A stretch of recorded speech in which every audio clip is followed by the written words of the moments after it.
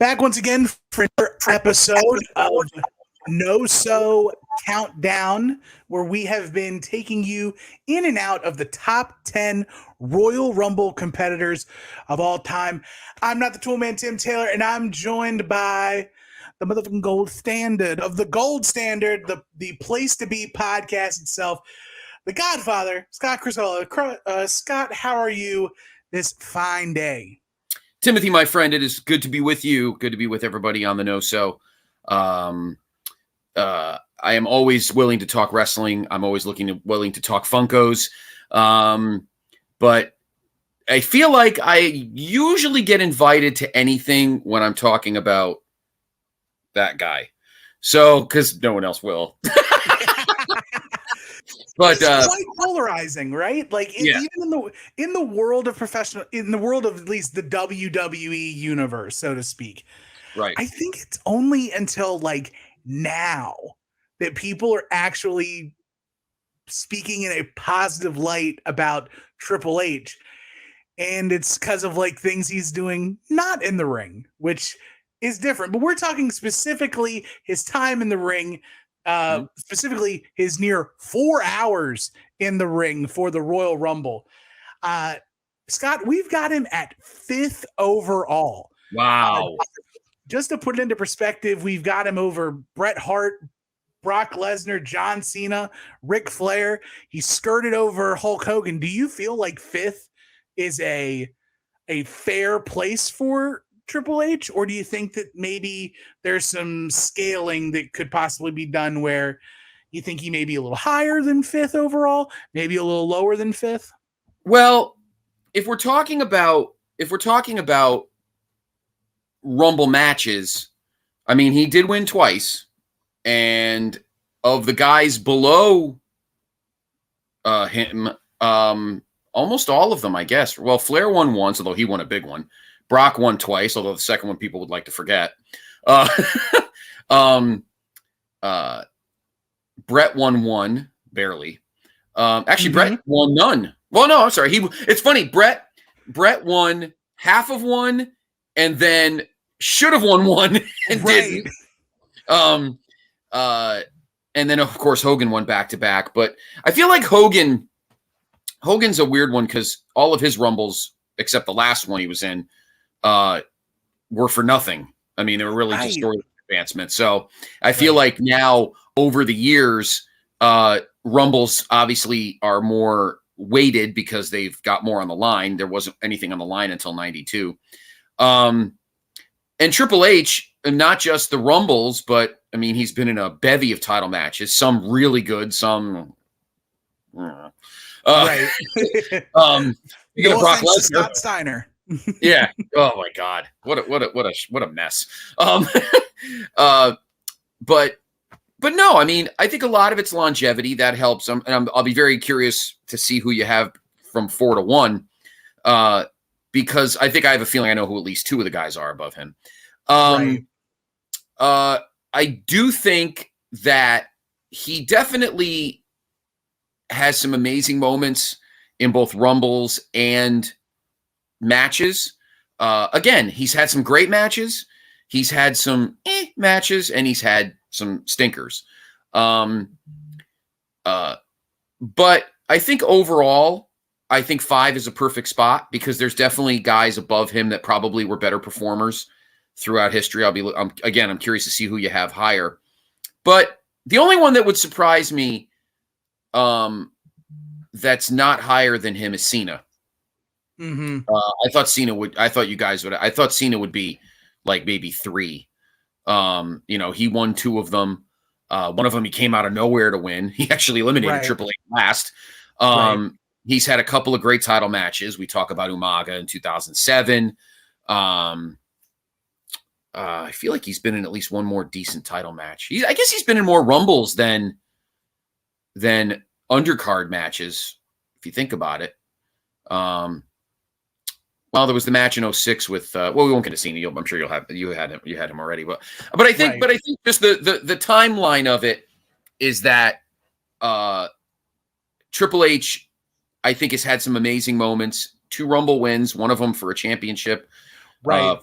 quite controversial. That's pretty weighted. That he and Ric Flair, which is that they were right next to each other at 6 and 5 because they won the only 2 Rumbles that a belt was on the line.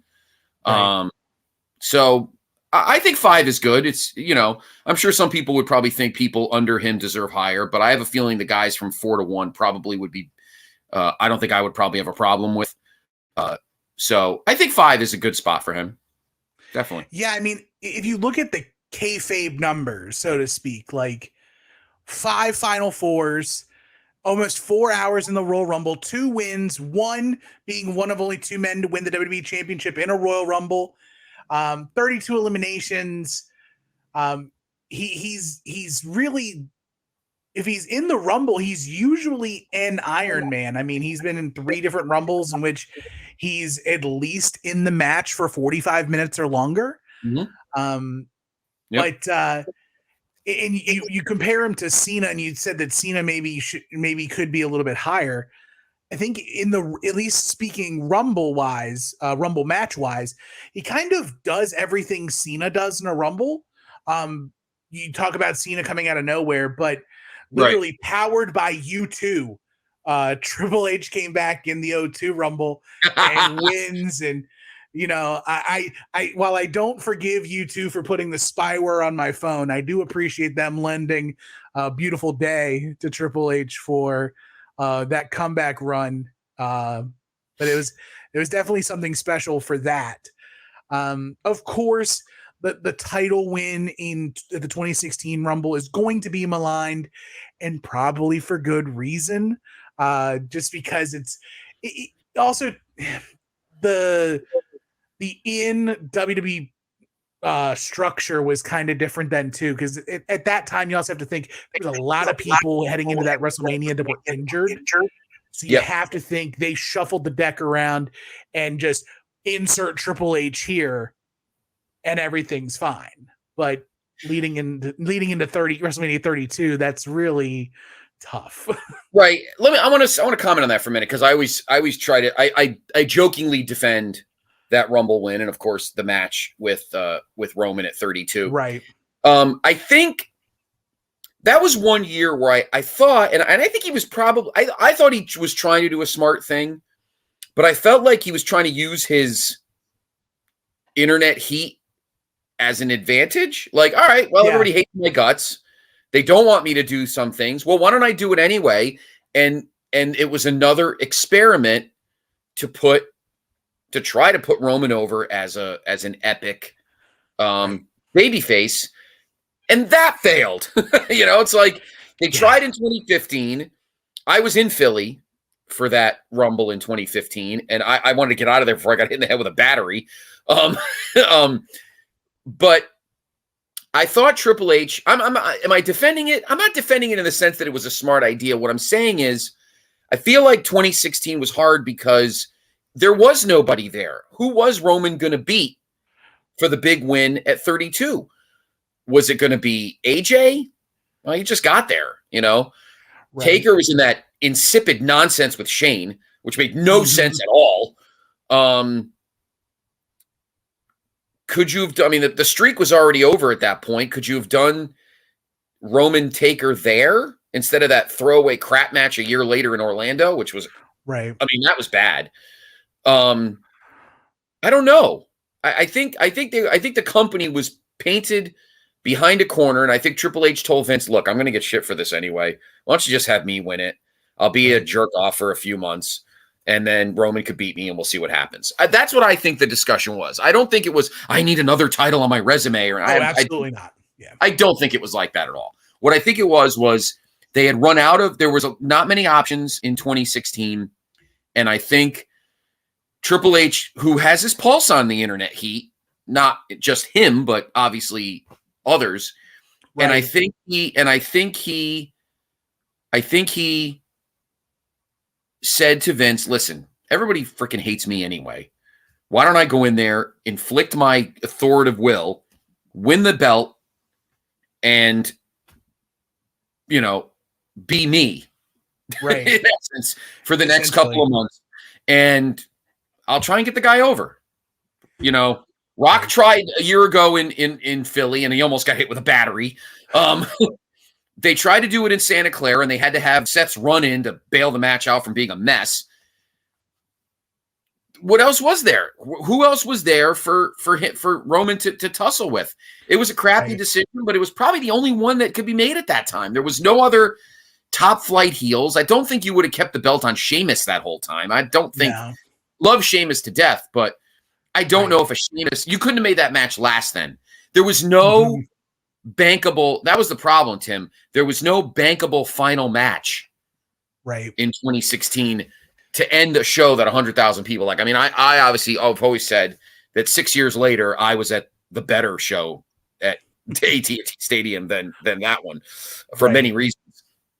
So, I know here on the North-South Connection, a guy you're pretty familiar with and a guy I'm pretty familiar with do a show together called WWE War, JT and Marcus.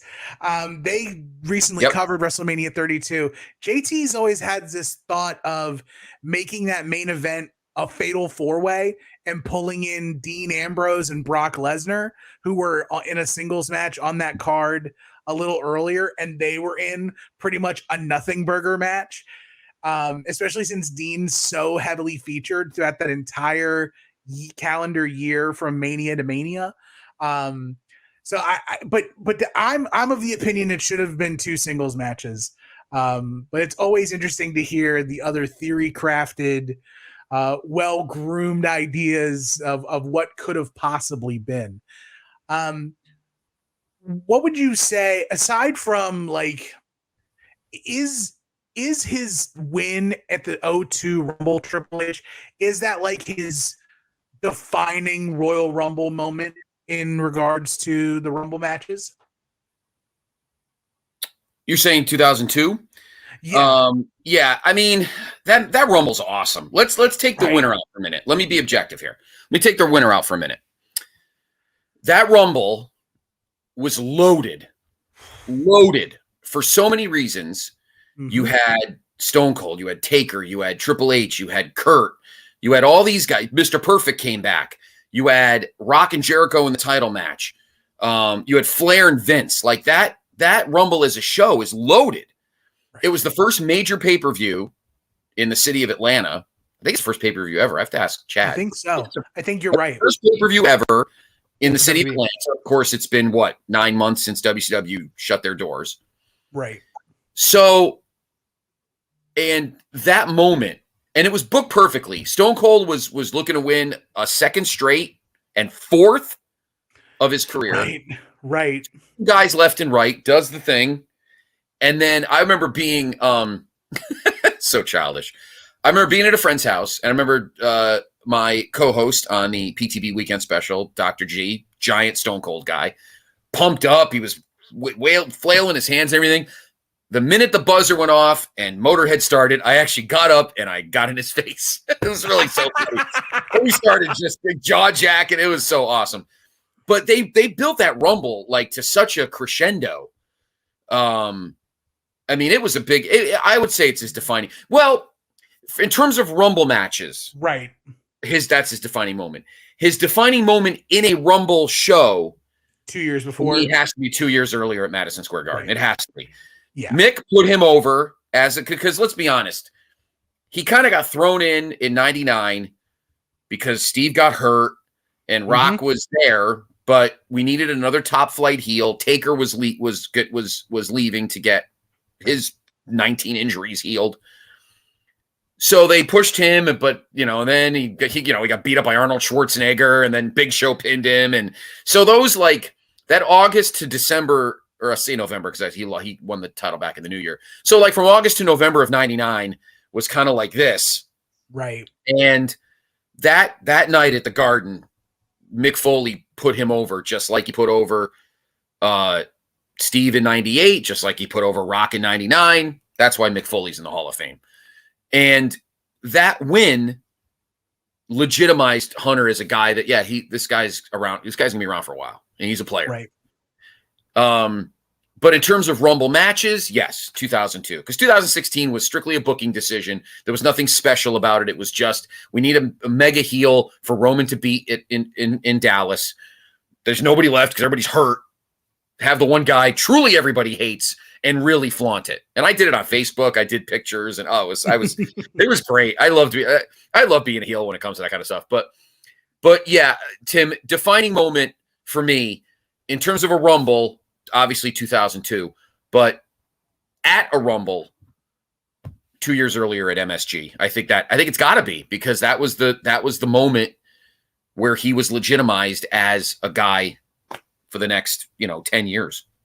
For sure. And I would say, is kind of putting a bow on our coverage here for Countdown, I think of everybody that's been on the list, I think we're hard pressed to find somebody who is equally as decorated both in the Rumble match and at the Rumble event.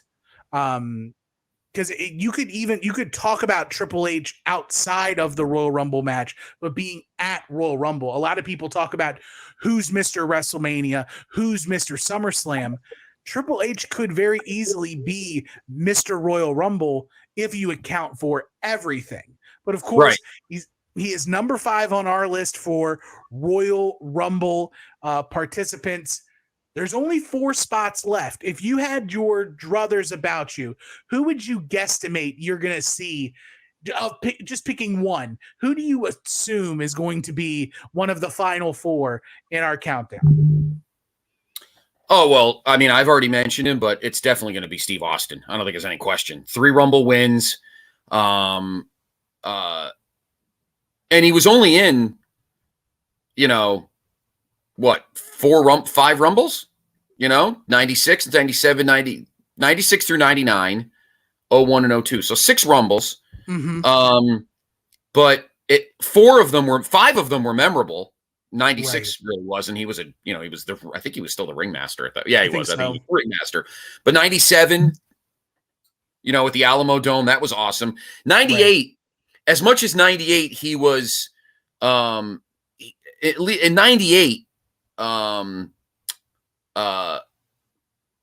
though it was predictable, sometimes you don't care. You just want the guy to win. You don't need a surprise every 2 seconds. 99 was a mess. Well, that whole show was a mess, but Vince winning, it was actually kind of funny. 2000 he wasn't at. 01 is epic. Like you said, 02 was Triple H's Rumble moment. 01 I think is Stone Cold's epic moment. Right. And then 02 him and Triple H tussle, and then he's gone. But I think it's going to come down. I think for number 1, I don't know if you guys will have him number 1. I'll be curious to see. Obviously you've got to put Shawn in there. I think definitely the 2 of them. I don't know who the other 2 will be, because there's one guy I don't know if you put him in. I'm not going to start a controversy, but obviously I don't know who 4 through 1 are. I don't know if you put The Rock in the top 4. I don't even know if Rock's in the top 10 for Rumbles. Right. Well, I know so far he was not a part of the honorable mentions that started the show, and we've already gone over 10 through now 5. So I'm very curious to see what the other 4 are. Be sure to like, subscribe, ring the bell so you can find out who 4, 3, 2, and the number 1 Royal Rumble participant of all time is. Of course, I'm so thankful that you guys came and watched us. Scott, thank you so much for the time. Appreciate it. Always a pleasure. And we're all counting down to sign point in season. Thank you so much. Enjoy the NoSo.